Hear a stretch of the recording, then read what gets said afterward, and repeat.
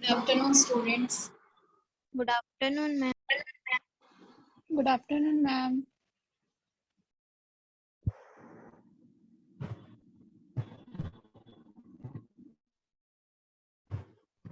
आज भी हम कंटिन्यू करेंगे चैप्टर 3.42 जिसका नाम क्या है पुरस्कार और जिसके लेखक हैं जयशंकर प्रसाद जी। ठीक है, वॉइस क्लियर है बेटा? Yes, ma'am. Yes, ma'am. अब आज कौन पढ़ेगा इस चैप्टर को? Yes, ma'am. Ma'am, I want to read. पढ़िए। Yes, ma'am. Just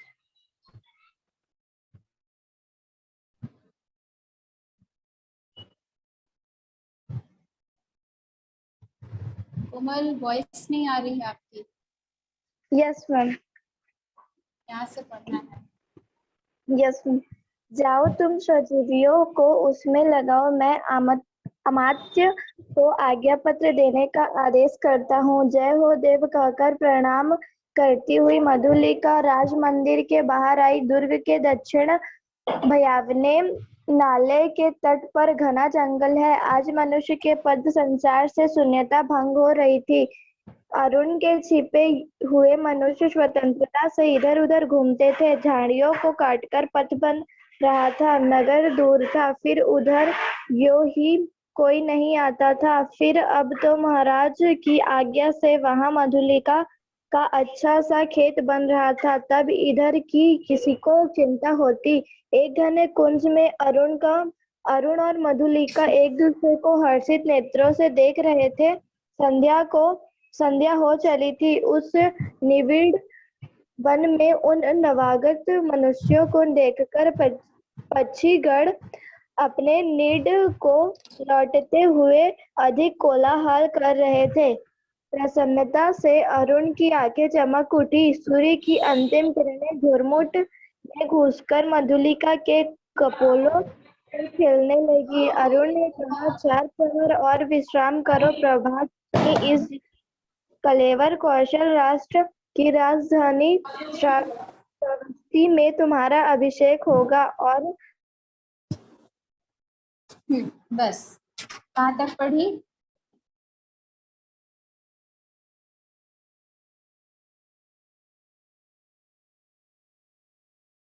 हो रही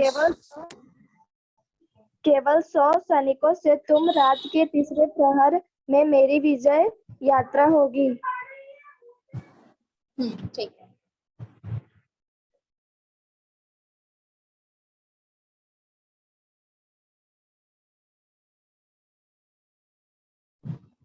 हाँ, अभी तक हम लोगों ने जहाँ तक पढ़ा था वहां तक में आप लोगों ने क्या क्या समझा है वो बताइए।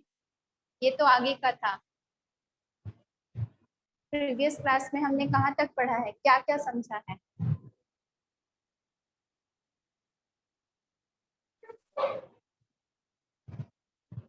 स्टोरी को एक्सप्लेन करिए जहां तक हम लोगों ने पढ़ा है।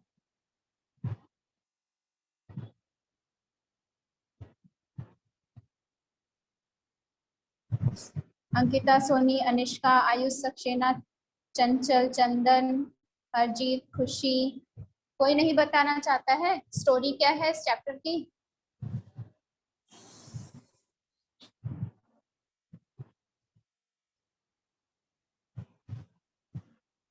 अंशिका श्रीवास, स्टोरी एक्सप्लेन करिए बेटा।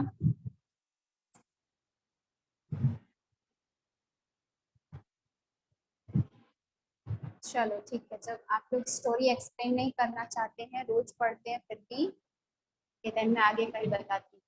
यहाँ पे जो मधुलिका है, मैम वो लीव हो गया था मैम, इसलिए नहीं बता पाई। कौन? गलती से लीव हो गया था, कॉल आ रहा था तो। ओके ठीक है, तो अब बता दो। क्या पूछे थे क्वेश्चन? क्वेश्चन मैं पूछी हूँ बेटा कि अभी तक के स्टोरी में हमने कितना पढ़ा है, मतलब क्या क्या समझा है?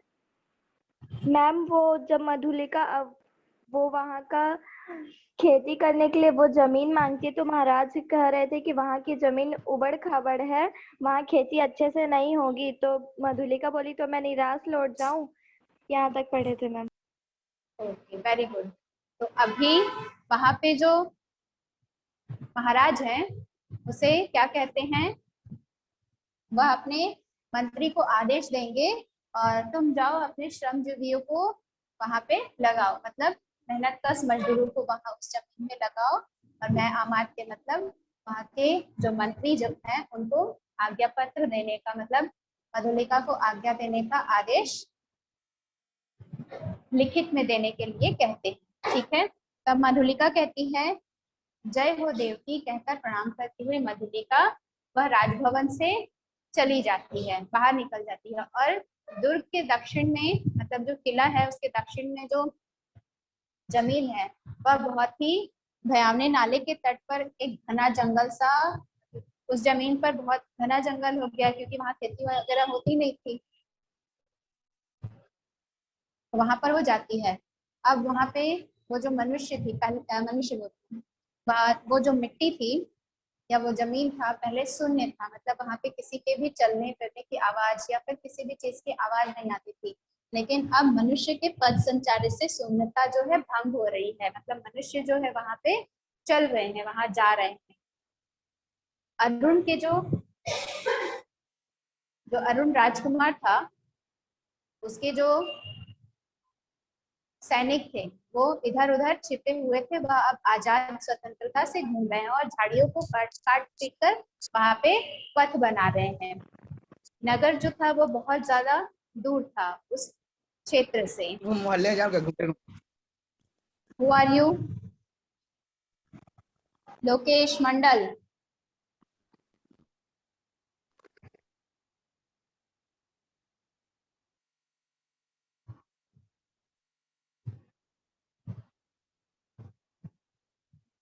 हाँ, तो नेक्स्ट में बता रहे हैं कि झाड़ियों को काट पीट कर वहां पे पथ का मतलब रास्ता बनाया जा रहा था। नगर बहुत दूर था और इधर यहाँ पे कोई भी नहीं था, सिर्फ वहीं वहां पे वो जो सैनिक और मधुलिका थी। फिर वहां पर महाराज की जो है, अब तो वहां पर महाराज की आज्ञा मधुलिका को मिल गई है, खेत बन रहा है। इधर उसकी सारी चिंताएं जो है वह उसको चिंता होती है। एक घने कुंज में अरुण और मधुलिका एक दूसरे को हर्षित नेत्रों से देख रहे हैं। वहां एक घना, जैसे कि मैंने अभी बताया कि वहां कोई आता जाता नहीं था, तो उस जमीन पर बहुत ही ज्यादा घना जंगल बन गया था। तो जंगल पे क्या है, वहां पे उस जंगल में अरुण और मधुलिका एक दूसरे को देखकर हर्षित नेत्रों से, मतलब खुश नेत्रों से, खुश आंखों से देख रहे हैं। संध्या शाम हो चली है। उस निवाण वन में उन नवजात मनुष्यों को देखकर पक्षीगण अपने नीड़ को लौटते हुए अधिक कोलाहल कर रहे थे। यहाँ पर नीविड़ का मतलब है घना। तो वहां पे उस घने वन में मनुष्य जो है वो क्या कर रहे हैं, पथ का निर्माण कर रहे हैं और खेतों के लायक उस भूमि को बना रहे हैं। तो मनुष्यों को देखकर जो पक्षी है, अब पहले तो वहां कोई आता जाता नहीं था, सभी शून्य था, तो पक्षी ज्यादा कोलाहल नहीं करते थे। कोलाहल का मतलब हल्ला करना हुआ। जैसे ही मनुष्य को देखे वो बहुत ही ज्यादा हल्ला करने लगता है। प्रसन्नता से अरुण की आंखें जो है वो चमक उठी। सूर्य की अंतिम किरणें, मतलब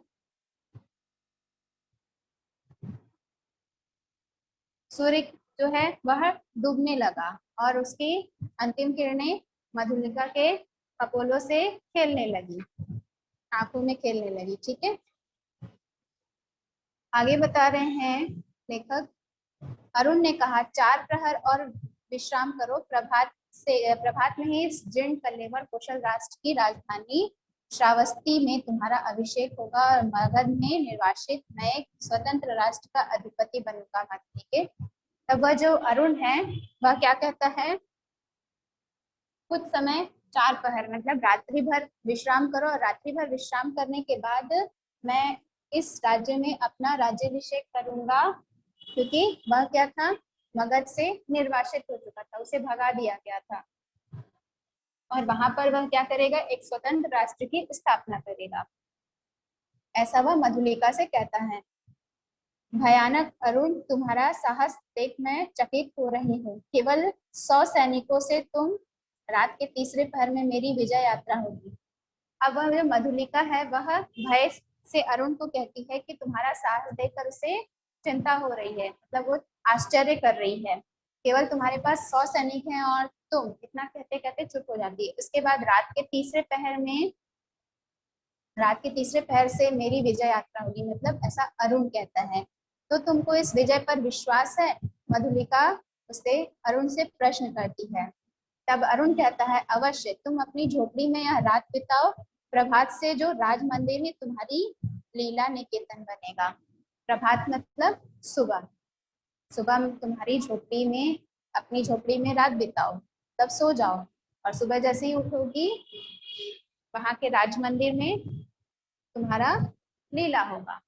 क्लियर है? अब यहाँ से पढ़ना है, कौन पढ़ेगा? यस मैम, क्लियर है। पढ़ू, बिल्कुल। मधुलिका प्रसन्न थी, किंतु अरुण के लिए उसकी कल्याण कामना सक्षम थी। वह कभी कभी उद्विग्न। मैम ये राइट लगा हुआ क्या है? कभी कभी उद्विग्न होकर बालकों के मन में, बालकों के समान प्रश्न कर बैठती। अरुण उसका समाधान कर देता। सहसा कोई संकेत पाकर उसने कहा, अच्छा, अंधकार अधिक हो गया, अभी तुम्हें दूर जाना है और प्राणपण से इस यान के प्रारंभिक कार्यों को रात्रि का तक पूरा कर लेना चाहिए। तब रात्रि भर के लिए विदा मधुलिके उठ खड़ी हुई। कटीली झाड़ियों से उलझती हुई क्रम से बढ़ने वाली अंधकार में वह झोपड़ी की ओर चली। मैं आगे भी पढ़ूं? हाँ बिल्कुल, ये पैराग्राफ पढ़ लो। मैं था और मधुलिका हृदय भी निमित्तम से गिरा था। उसका मन सहसा विचलित हो उठा। मधुरता नष्ट हो गई। जितनी सुकन्या थी वह जैसे में विलीन होने लगी। भयभीत थी। लग उसे अरुण के लिए उत्पन्न हुआ। यदि वह सफल न हुआ तो फिर सहसा ने लगी, क्यों सफल हो? श्रावस्ती दुर्ग विदेशी के अधिकार में क्यों चला जाए? मगर कौशल का चिर शत्रु को उसकी विजय।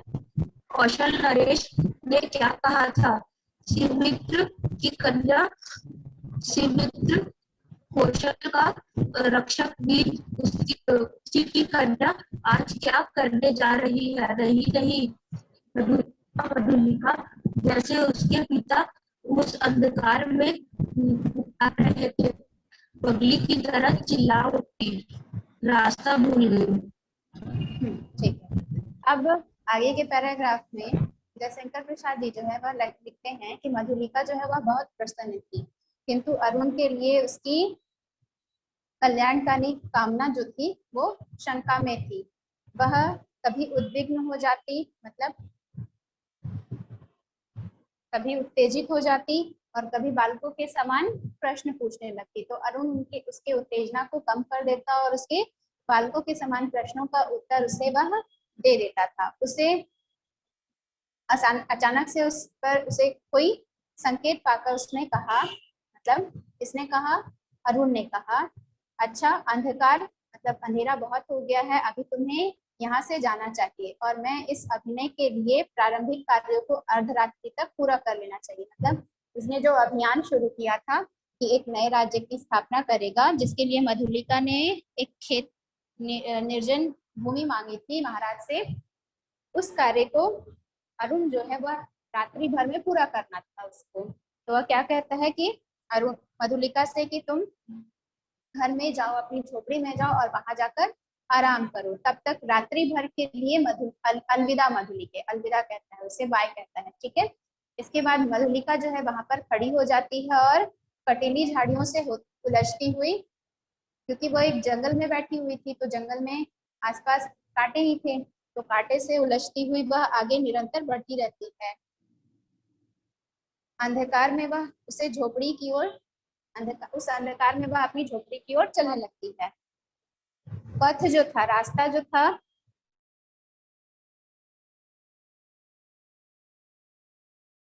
में था और मधुलिका का हृदय जो था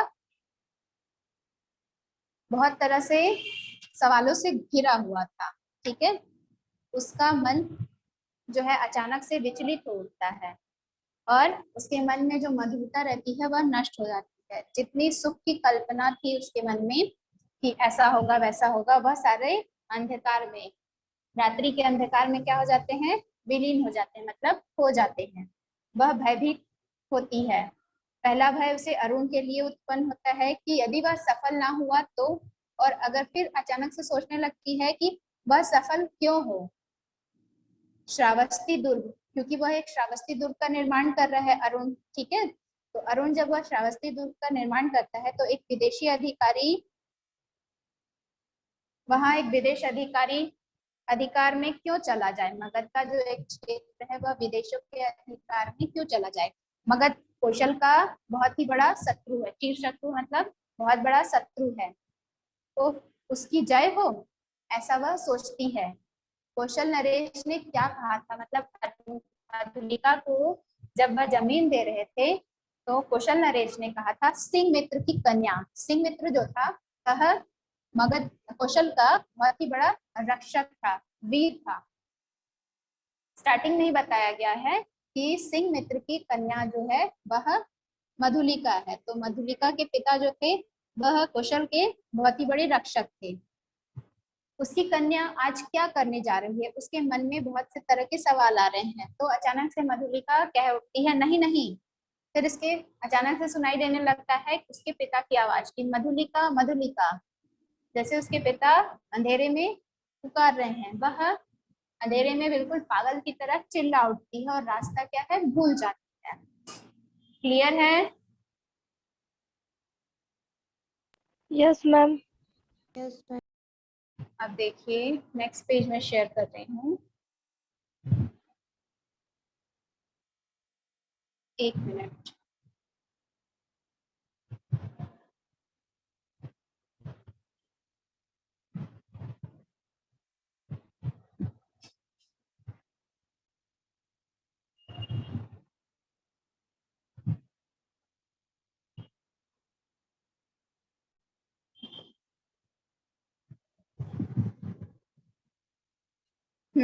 पढ़िए, कौन पढ़ेगा? मैम मैं रीड करूं? हाँ रीड करो। एक रात पर बीत चली पर मधुलिका अपनी झोपड़ी तक न पहुंची। वह उधेड़ खून में मैम ये क्या लिखा है? विक्षिप्त सी चली जा रही थी। विक्षिप्त सी चली जा रही थी। उसकी आंखों के सामने कभी सिंह मित्र और कभी अरुण की मूर्ति अंधकार में चित्रित होती जाती। उसके सामने आलोक दिखाई पड़ा।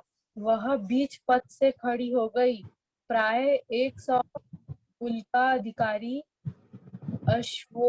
अश्वारोही चले आ रहे थे और आगे आगे एक वीर अधेड़ सैनिक था।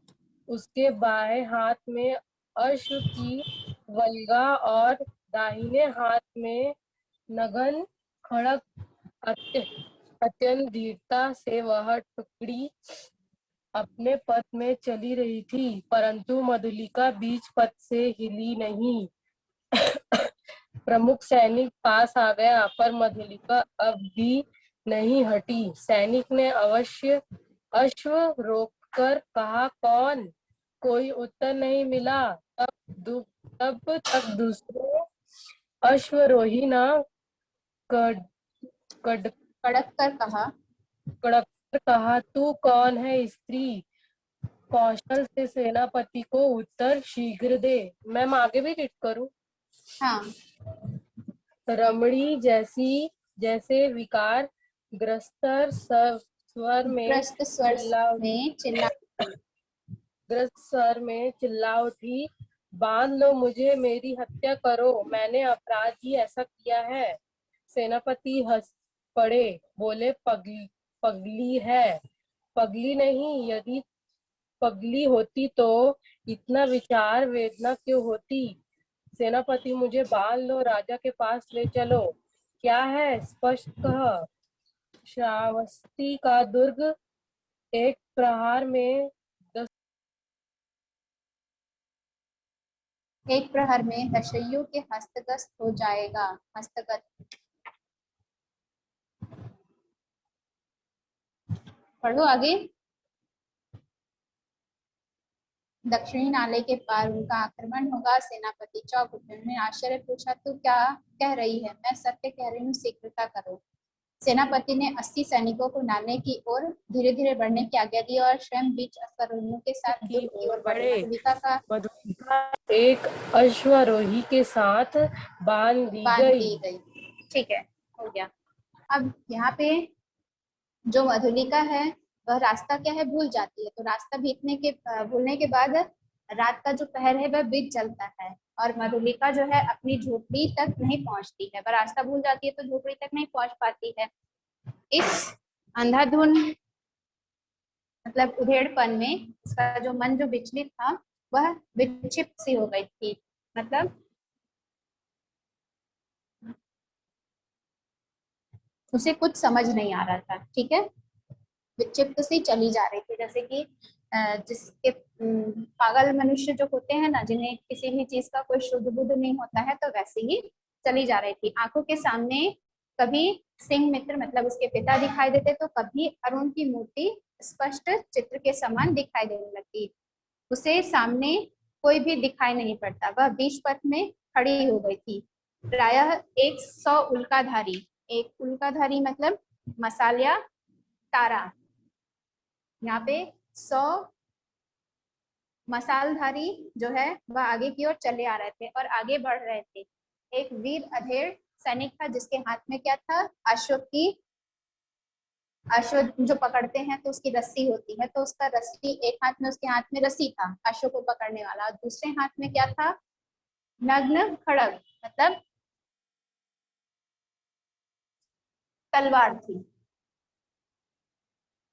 अत्यंत धीरता से वह टुकड़ी मतलब जो 100 अश्वरोहियों की टुकड़ी जो थी वह आगे बढ़ने लगी। अब आगे तो बढ़ती लेकिन मधुलिका जो है वह अपने जगह से वह हिली नहीं। प्रमुख सैनिक जो है वह सामने आ गया, फिर भी मधुलिका नहीं हटी। तो एक सैनिक ने अश्व रोककर कहा कि कौन हो? कोई उत्तर नहीं मिला। उस मतलब मधुलिका ने कोई भी उत्तर नहीं दिया। तब दूसरे अश्वरोहियों ने बहुत ही कड़क कर मतलब तेज स्वर में उससे पूछा कि तू कौन है स्त्री? कौशल के सेनापति को उत्तर शीघ्र दे। कौशल देश का जो सेनापति था उसे उत्तर दे। तभी वह मधुलिका जो है वह चिल्ला उठती है कि बांध दो मुझे, मेरी हत्या कर दो, मैंने अपराध ही ऐसा किया है। सेनापति जो है वह हंस पड़े, बोले, पगली है ये? तो वह बोलती है मधुलिका कि मैं पगली नहीं हूँ। यदि पगली होती तो इतना विचार और रोने के बाद यह सब क्यों कहती? सेनापति, मुझे बांध लो, राजा के पास ले चलो। तो सेनापति ने पूछा, क्या हुआ है, क्या हुआ है, ऐसा क्या हो गया है, स्पष्ट कहो। तो वह कहती है, श्रावस्ती का दुर्ग एक पहर में दसाइयों के हस्तगत हो जाएगा। जो दुर्ग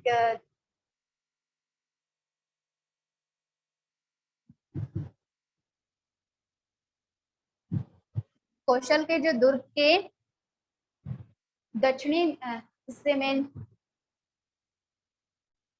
जो जमीन थी उसे मधुलिका ने मांग लिया था। तो वहां पे क्या बन रहा था, श्रावस्ती का एक दुर्ग बन रहा था जिसे दुश्मनों के हाथ में हाथ में चले गया था, तब वह कहती है कि दक्षिणी नाले के पार उनका आक्रमण होगा।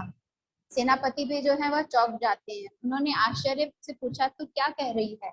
तो वह कहती है, मैं सत्य कह रही हूँ, शीघ्रता करिए। सेनापति ने 80 सैनिक मतलब 80 सैनिक को क्या किया, उधर दसायु के क्षेत्र में जाने का आदेश दिया और मधुलिका को एक अश्वरोही के साथ बांध दिया। ठीक है, समझ आया? यस Yes, आगे मैम। आगे का यहाँ से पढ़ना है, जो पढ़ना चाहता है पढ़िए बेटा। मैम पढ़िए, जल्दी जल्दी पढ़ो बेटा। मैम रीड करूं? हम्म। मैम मैं रीड करूँ क्या? श्रावस्ती हाँ पढ़ो, जिस वो पढ़ रही है, जो भी पढ़ रही है पढ़ने दो। अंकिता सोनी पहले पढ़ी थी ना बेटा? Shravasti yes ma'am. पढ़ो पढ़ो पढ़ो। श्रावस्ती का दुर्ग कौशल राष्ट्र का केंद्र इस रात्रि में अपने विगित वैभव का स्वप्न देख रहा था। भिन्न राजवंशों ने उसके प्रांतों पर अधिकार जमा लिया। अब वह केवल कई गांवों का अधिपति है, फिर भी उसके साथ कौशल के अतीत की स्वर्ण गाथाएं लिपटी है। वह लोगों की ईर्ष्या का कारण है। जब थोड़े से अश्वारोही बड़े वेग से आते हुए दुर्ग द्वार पर रुके, तब दुर्ग के प्रहरी चौंक उठे। उल्का के आलोक में उन्होंने सेनापति को पहचाना।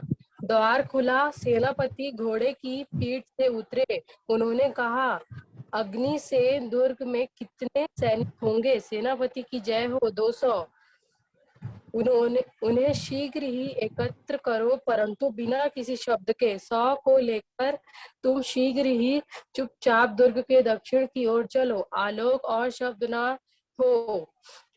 सेनापति ने मधुलिका की ओर देखा, वह खोल दी गई।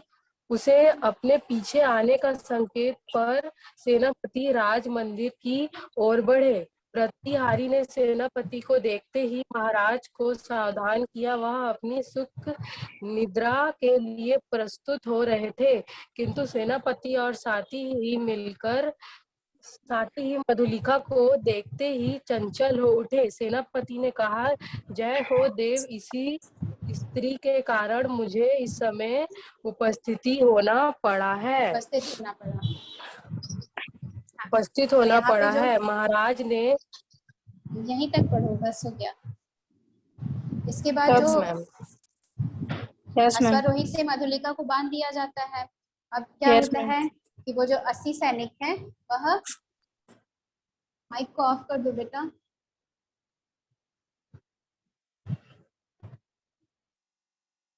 जो 80 सैनिक है वह श्रावस्ती दुर्ग के बिल्कुल निकट चले जाते हैं। तो वहां पर क्या होता है कि अरुण जो है उन सभी को देख लेता है और मसाल जला के रखते हैं ना, तो मसाल के आड़ में वह क्या है, उन लोगों को पहचान जाता है कि यह कौशल से है। ठीक है, अब अरुण क्या संकेत देता है कि पहरी दुर्ग पर देखकर उन लोगों को देखकर चौंक जाते हैं और वह संकेत देकर मतलब देखकर उन लोगों को उल्का में देखकर पहचान लेता है। सेनापति जो है वह घोड़े से उतर जाते हैं और वह कहते हैं, अग्निसेन दुर्ग में कितने सैनिक होंगे? तो सेनापति जो है वह पूछते हैं कि इस दुर्ग में कितने सैनिक होंगे? सेनापति की जय हो, ऐसा उत्तर देते हैं वहां के रखवाले। तो और कहते हैं कि 200 सैनिक। उन्होंने कहा कि शीघ्र ही एकत्र करो, परंतु बिना किसी शब्द के, मतलब बिल्कुल भी आवाज नहीं आनी चाहिए। चुपचाप 100 लेकर तुम शीघ्र ही दुर्ग के दक्षिण द्वार पर चले जाओ और कोई भी हल्ला नहीं होना चाहिए। ठीक है, कोई भी शब्द नहीं आने चाहिए। सेनापति ने मधुलिका को देखकर कहा, मधुलिका को खोल दिया और इसके बाद वह सेनापति मधुलिका को लेकर महाराज के समक्ष जाते हैं। अब वो जो रहती है मधुलिका जो रहती है वह प्रतिहारी रहती है। प्रतिहारी और सेनापति को देखकर महाराज जो है वह सावधान हो जाते हैं और सुख की निद्रा के लिए प्रस्तुत हो जाते हैं, किंतु सेनापति के साथ मधुलिका को देखकर चिंतित भी हो उठते हैं। सेनापति ने कहा, महाराज से कहते हैं कि महाराज की जय हो, इसी स्त्री के कारण मुझे इस समय उपस्थित होना पड़ा है। ऐसा सेनापति जो है वह महाराज को बताते हैं। ठीक है, next paragraph. Ma'am I want to read. Time नहीं है बेटा, ठीक है, तो कोई रीड मत करिए, नेक्स्ट डे जब भी रहेगा मैं बताऊंगी आप लोगों को रीड करने के लिए। ठीक है, आज मैं सिर्फ इस चैप्टर पेज को समझा दे रही।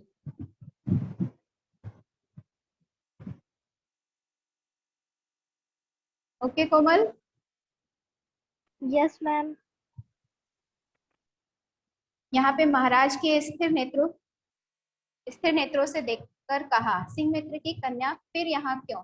क्या तुम्हारा क्षेत्र नहीं बन रहा? कोई बाधा? सेनापति, मैंने दुर्ग के दक्षिण नाले के समीप की भूमि इसे दी है, क्या उसी संबंध में तुम्हें कुछ कहना चाहते हो? ऐसा जो है महाराज सेनापति से प्रश्न पूछते हैं। ठीक है, फिर वहां पे देव किसी गुप्त शत्रु ने उसी ओर से आज की रात में दुर्ग पर अधिकार कर लेने का प्रबंध किया है और इसी स्त्री ने मुझे पत्र में यह संदेश दिया है।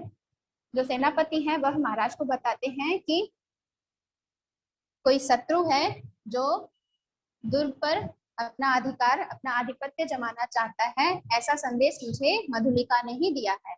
राजा मधुलिका की ओर देखते हैं। मधुलिका जो है वह कांप उठती है और शर्म और लज्जा से वह जमीन में गड़ी जा रही है। राजा ने मधुलिका से पूछा, क्या यह सत्य है? तब मधुलिका जो कहती है, हाँ देव। राजा ने सेनापति से कहा, सैनिकों को एकत्र करके तुम चलो, मैं अभी आता हूँ। सेनापति के चले जाने पर राजा ने कहा, मधुलिका से पूछते हैं कि हे सिंह मित्र की कन्या, तुमने एक बार फिर कौशल पर उपकार किया है। यह सूचना देकर तुमने पुरस्कार का मतलब, ऐसा वह मधुलिका के कहते हैं कि तुम पुरस्कार प्राप्त करने का काम की हो। अच्छा, तुम यहीं ठहरो, पहले उन अत्याचारियों का मैं प्रबंध करके आता हूँ। अपने साहसिक अभियान के कारण अरुण बंदी हुआ, मतलब अरुण जो है वह बंदी हो जाता है और दुर्ग उल्का के आलोक में अतिरंजित हो गया। मतलब यहाँ पे जो है अत्यायी मतलब होता है अत्याचार। ठीक है, यस मैम। मधुलिका के राजा से कंप्लेन करने के बाद क्या होता है कि वहां के जो सेनापति हैं और भी जो काम करने वाले हैं सैनिक, उन सभी के सहायता से अरुण को बंदी बना लिया जाता है और जेल में बंद कर दिया जाता है। भीड़ में जय घोष होती है, सबके मन में उल्लास हो उठता है। श्रावस्ती दुर्ग आज एक कसाईयों के हाथ में जाने से बचा।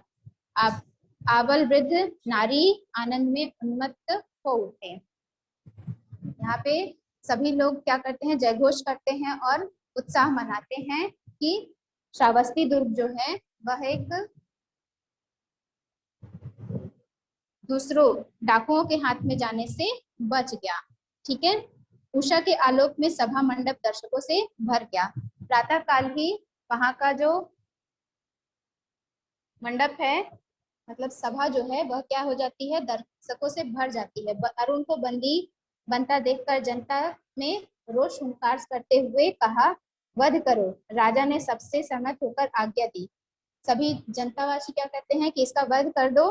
तभी वहां के महाराज कहते हैं, महाराज भी उनके आज्ञा से सहमत हो जाते हैं और कहते हैं इन्हें प्राण दंड।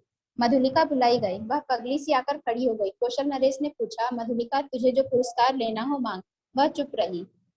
जब मधुलिका ने वहां के राजा ने प्राण दंड देने के लिए निश्चित किया अरुण को, तो मधुलिका को क्या है, बुलाया जाता है और उसे पुरस्कार मांगने के लिए कहा जाता है और वह चुपचाप मधुलिका जो है वह खड़ी रहती है। राजा ने कहा, मेरी निज में जितनी खेती है मैं सब तुझे देता हूँ। मधुलिका ने एक बार बंदी अरुण की ओर देखा। उसने पूछा, मुझे कुछ न चाहिए? अरुण हंस पड़ा। राजा ने कहा, नहीं, मैं तुझे अवश्य दूंगा, मांग ले तो मुझे भी प्राण दंड मिले। कहती हुई वह बंदी अरुण के पास जा खड़ी होती है। राजा जो है वह उसे पुरस्कार के रूप में कहते हैं कि मैं जितनी भी मेरे पास खेती है मैं उसे सब तुझे ही देना चाहता हूँ। मधुलिका जो है वह अरुण की तरफ देखती है तो अरुण क्या है, मुस्कुरा देता है, हंस पड़ता है। तब मधुलिका कहती है कि मुझे कुछ भी नहीं चाहिए। राजा कहते हैं नहीं, तुझे कुछ अवश्य मांगना होगा। मधुलिका भी कहती है मुझे भी प्राण दंड दे दीजिए, मैं भी। और वह क्या करती है, अरुण के पास जाकर खड़ी हो जाती है। क्लियर है chapter? Yes ma'am. Yes ma'am. इसके बाद मैं आप लोगों को कल इसका क्वेश्चन आंसर सेंड करूंगी, ठीक है? Have a good day. Thank you ma'am. Thank you ma'am.